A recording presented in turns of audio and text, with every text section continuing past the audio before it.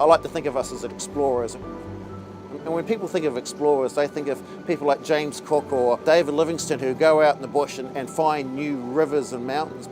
We're doing exactly the same thing, because if you look at the water, you can't actually see what's under it. And this technology allows us to strip away the water and actually see these rivers and valleys and rocky reefs that no one's ever seen before. And that's really exciting. So in Marlborough Sounds, we are undertaking a seafloor mapping survey on behalf of Land Information New Zealand and the Marlborough District Council. The survey is updating the nautical charts, and that is because charts that were first surveyed in 1942 are not really safe for navigation. So one of the big drivers is to update those charts with modern technologies. And the second reason we're here is to look at the habitat of the seafloor. The shape of the seafloor really defines how animals and life lives on the seafloor. And the other important thing for mapping the seafloor too is it also tells us about the geological and hydrological processes that happen. We can look at sand waves and scour marks and ripples and seep vents and tidal flows and underground aquifers that come up to the surface.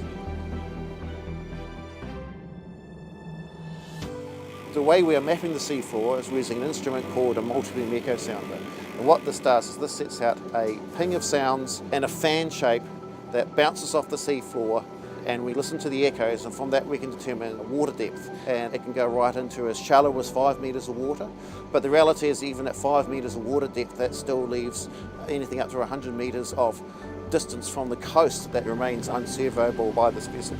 So to fill in that missing gap, we have a second vessel, and that has another piece of multi-beam equipment on board that looks sideways instead of looking straight down, and that allows us to look right into the water line from a safe distance away from all the rocks and maintain 100% coverage from waterline to waterline throughout the entire Marlborough Sounds. And it actually allows the whole survey to happen a lot faster and safer than we would on a single boat campaign.